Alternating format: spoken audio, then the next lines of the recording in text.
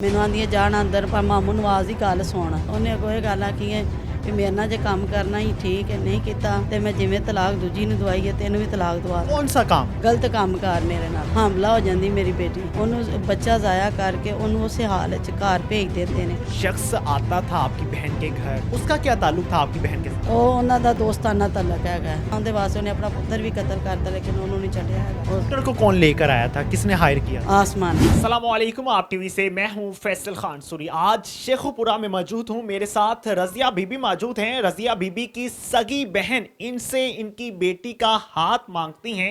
किस वजह से मांगती हैं ये भी यही बताएंगी, लेकिन उसके बाद शादी तो हो जाती है। शादी होने के बाद वो खातून जो इनकी बहन थी, सगी बहन थी, वो किस शख्स से इनकी बेटी को दरिंदगी का निशाना बनवाती है, और फिर जब इनकी बेटी हामला होती है तो वो हमल किस तरह से गिराया जाता है और इनकी बेटी के शौहर पर किस तरह से जुल्म किया जाता है, सब कुछ इन्हीं से जानने की कोशिश करते हैं। रजिया बीबी, क्या मामला बना, क्यों अपनी बेटी की शादी अपनी बहन के यहाँ की? ਭੈਣ ਆਈ ਸੀ, ਕਹਿੰਦੀ ਸੀ ਕਿ ਨਾਲ ਦਾ ਨਾ ਤੂੰ ਰਿਸ਼ਤਾ ਦੇ ਦੇ ਤੇ ਮੇਰੀ ਜਿਹੜੀ ਪਹਿਲੀ ਨੂੰਹ ਹੈ ਨਾ ਉਹ ਇਸ ਤੋਂ ਨੱਸ ਗਈ, ਉਹਦੀ ਕਿਸੇ ਨਾਲ ਜਾ ਰਹੀ ਸੀ। ਮੈਂ ਸਮਝਿਆ ਵੀ ਨਹੀਂ ਕੋਈ ਗੱਲ ਨਹੀਂ, ਚਲ ਦੇ ਦਿੰਦੇ ਆ। ਮੈਂ ਰਿਸ਼ਤਾ ਦੇ ਦਿੱਤਾ ਵੀ 8 ਦਿਨ ਬਾਅਦ ਆਈ ਹੈ, ਜੰਜ ਲੈ ਕੇ ਚਲੀ ਗਈ ਹੈ, ਠੀਕ ਹੈ। ਫਿਰ ਉਸ ਤੋਂ ਬਾਅਦ ਬੇਟੀ ਮੈਨੂੰ ਮਾਰਿਆ ਕੁੱਟਿਆ, ਘਰ ਘੱਲ ਦਿੱਤਾ, ਫਿਰ ਤਲਾਕਾਂ ਦੇ ਦਿੱਤੀਆਂ, ਫਿਰ ਮੈਂ ਆਪਣੀ ਬੇਟੀ ਨੂੰ ਘੱਲ ਦਿੱਤਾ ਉੱਥੇ। क्यों मारा, क्यों आपकी बेटी को? ਬਸ ਐਵੇਂ ਹੀ ਤੂੰ ਕੰਮ ਨਹੀਂ ਕਰਦੀ, ਤੂੰ ਇੰਜ ਨਹੀਂ ਕਰਦੀ। ਮੇਰੀ ਧੀਆਂ ਦੀ ਮੈਂ ਸਾਰੇ ਕੰਮ ਕਰਦੀ ਰਹੀ ਹਾਂ। ਫਿਰ ਇਹਨਾਂ ਨੇ ਕੀ ਕੀਤਾ, ਮਾਰ ਮੁੜ ਕੇ ਘੱਲ ਦਿੱਤਾ। ਫਿਰ ਆਂਦੀ ਹੈ ਇੱਕ ਭਾਈ ਅੰਦਰ ਇਹਨਾਂ ਦੇ ਘਰ ਆਂਦਾ ਹੈ, ਉਹਦਾ ਨਾਂ ਹੈਗਾ ਨਵਾਜ਼। ਉਹ ਆਂਦਾ ਸੀ, ਉਹ ਮੇਰੀ ਬੇਟੀ ਆਂਦੀ ਹੈ ਮੈਨੂੰ ਆਂਦੀ ਹੈ ਜਾਣ ਅੰਦਰ ਪਰ ਮਾਮੂ ਨਵਾਜ਼ ਦੀ ਗੱਲ ਸੁਣ। ਇਹ ਗੱਲ ਸੁਣਨ ਗਈ ਹੈ, ਉਹਨੇ ਅੱਗੋਂ ਇਹ ਗੱਲ ਆਖੀ ਹੈ ਵੀ ਮੇਰੇ ਨਾਲ ਜੇ ਕੰਮ ਕਰਨਾ ਹੀ ਠੀਕ ਹੈ, ਨਹੀਂ ਕੀਤਾ ਤੇ ਮੈਂ ਜਿਵੇਂ ਤਲਾਕ ਦੂਜੀ ਨੂੰ ਦਵਾਈ ਹੈ ਤੈਨੂੰ ਵੀ ਤਲਾਕ ਦਵਾ कौन सा काम? ਗਲਤ ਕੰਮ ਕਰ ਮੇਰੇ ਨਾਲ। नाजायज ताल्लुक पैदा करे। ਤੇ ਇਹਨੇ ਕਿ ਮੇਰੀ ਬੇਟੀ ਨਹੀਂ ਸੀ ਮੰਨਿਆ, ਫਿਰ ਇਹਨਾਂ ਨੇ ਕੁੱਟ ਕੇ ਕੱਢ ਦਿੱਤਾ। ਫਿਰ ਇੱਥੇ ਅਸੀਂ ਬੁਲਾਇਆ ਫਰਾਡ ਦੇ ਨਾਲ, ਬੁਲਾ ਕੇ ਉਹਨੂੰ ਕੁੱਟਿਆ। ਫਿਰ ਇਹਨਾਂ ਲੈ ਗਏ ਨੇ ਸੁਲ੍ਹਾ ਕਰਕੇ। ਜਦੋਂ ਸੁਲ੍ਹਾ ਕਰਕੇ ਲੈ ਜਾਂਦੇ ਨੇ ਫਿਰ ਜਾ ਕੇ ਮੇਰੀ ਧੀ ਨਾਲ ਇਹਨਾਂ ਨੇ ਪਤਾ ਨਹੀਂ ਕੀ ਕੀਤਾ ਕੀ ਨਹੀਂ ਕੀਤਾ। ਫਿਰ ਮੇਰੇ ਜਵਾਈ ਨੂੰ ਇਹਨਾਂ ਨੇ ਬਾਹਰ ਕਿਤੇ ਘੱਲ ਕੇ ਹਮਲਾ ਹੋ ਜਾਂਦੀ ਮੇਰੀ ਬੇਟੀ, ਉਹਨੂੰ ਬੱਚਾ ਜ਼ਾਇਆ ਕਰਕੇ ਉਹਨੂੰ ਉਸੇ ਹਾਲ 'ਚ ਘਰ ਭੇਜ ਦਿੰਦੇ ਨੇ। बच्चा जाया कौन करवाता है? ਇਹ ਮੇਰੀ ਭੈਣ, ਉਹਦਾ ਜਵਾਈ, ਇੱਕ ਉਹ ਭਾਈ ਜਿਹੜਾ ਨਵਾਜ਼ ਹੈ, ਉਹਦੀ ਗੱਡੀ ਸੀ, ਉਹਦੀ ਗੱਡੀ ਤੇ ਪਾ ਕੇ ਲੈ ਗਏ ਨੇ। ਜਾ ਕੇ ਬੱਚਾ ਜ਼ਾਇਆ ਕਰਾਇਆ ਨੇ। ਸਾਡੇ ਕੋਲ ਕੋਈ ਸਬੂਤ ਨਹੀਂ ਹੈ, ਸਾਰੇ ਸਬੂਤ ਉਹਨਾਂ ਦੇ ਕੋਲ ਨੇ।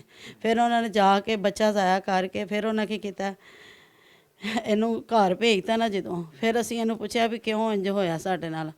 ਫਿਰ ਜਦੋਂ ਉਹਨਾਂ ਮੇਰਾ ਜਵਾਈ ਨੂੰ ਮਰਵਾਏ ਨੇ ਫੈਰ, ਅਸੀਂ ਚੁੱਪ ਰਹੇ ਹਾਂ। ਅੱਜ ਆ ਜਾਣਗੇ ਲੈਣ, ਕੱਲ੍ਹ ਲੈਣ ਆ ਜਾਣਗੇ। ਜਦੋਂ ਸੁਲ੍ਹਾ ਕਰਕੇ ਲੈ ਗਏ ਨੇ, आपकी बेटी को तलाक दे दी थी उन्होंने? ਤਲਾਕ ਦੇ ਦਿੱਤੀ ਨਾ, ਫਿਰ ਸੁਲ੍ਹਾ ਕਰਕੇ ਲੈ ਗਏ ਸਨ। अच्छा, ਸੁਲ੍ਹਾ ਕਰਕੇ कितनी ਜਦੋਂ बार तलाकें दी थी? ਇੱਕ 3 ਤਲਾਕਾਂ ਆਈਆਂ ਸਨ। ਵਕੀਲ ਕੋ ਗਿਆ, ਉਹਨਾਂ ਕਿ ਜੀ ਸੁਲ੍ਹਾ ਕਰ ਲਓ, ਹਾਲਾ ਚਾਂਸ ਹੈ ਨੇ। ਫਿਰ ਮੇਰਾ ਜਵਾਈ ਆਇਆ, ਲੈ ਜਾਂਦਾ, ਲਿਜਾ ਕੇ ਜੇ ਫਿਰ ਨਾਲ ਦਾ ਨਾ ਬੱਚੀ ਬੱਚਾ ਹੋਣ ਵਾਲਾ ਹੋ ਜਾਂਦਾ। ਫਿਰ ਮੇਰੀ ਬੱਚੀ ਦਾ ਬੱਚਾ ਜ਼ਾਇਆ ਕਰ ਦਿੰਦੇ ਨੇ ਤੇ ਕਹਿੰਦੇ ਨੇ ਸਾਡਾ ਮੁੰਡਾ ਨਸ਼ਾ ਕਰਦਾ ਤੇ ਅਸੀਂ ਆਪਣੇ ਮੁੰਡੇ ਨੂੰ ਘੱਲਿਆ ਏ ਨਸ਼ਾ ਛਡਾਉਣ ਵਾਸਤੇ, ਮਗਰੋਂ ਇਹਦਾ ਬੱਚਾ ਜ਼ਾਇਆ ਕਰ ਦਿੰਦੇ ਨੇ ਉਹਦੇ ਪੁੱਛਣ ਤੋਂ ਬਗੈਰ। ਸਾਨੂੰ ਇਹ ਸਾਰੀ ਹਕੀਕਤ ਦਾ ਉਦੋਂ ਪਤਾ ਲੱਗਾ ਜਦੋਂ ਮੇਰਾ ਜਵਾਈ ਮਰ ਗਿਆ। ਫਿਰ ਪਤਾ ਲੱਗਾ ਵੀ ਇਹ ਸਾਰਾ ਕੁਝ ਸਾਡੇ ਨਾਲ ਇਹ ਡਰਾਮਾ ਕਰਦੇ ਰਹੇ ਨੇ। ਹੁਣ ਜਦੋਂ ਮੁੰਡਾ ਕਤਲ ਹੋ ਗਿਆ, ਹੁਣ ਕਹਿੰਦੇ ਨੇ ਜੀ ਤੁਸੀਂ ਮਰਵਾਇਆ। ਇਹ ਧਮਕੀਆਂ ਲਾਉਂਦੀ ਹੈ ਉਹਨਾਂ ਦੀ ਬੇਟੀ ਆਸਮਾ ਸਾਡੇ ਨਾਲ।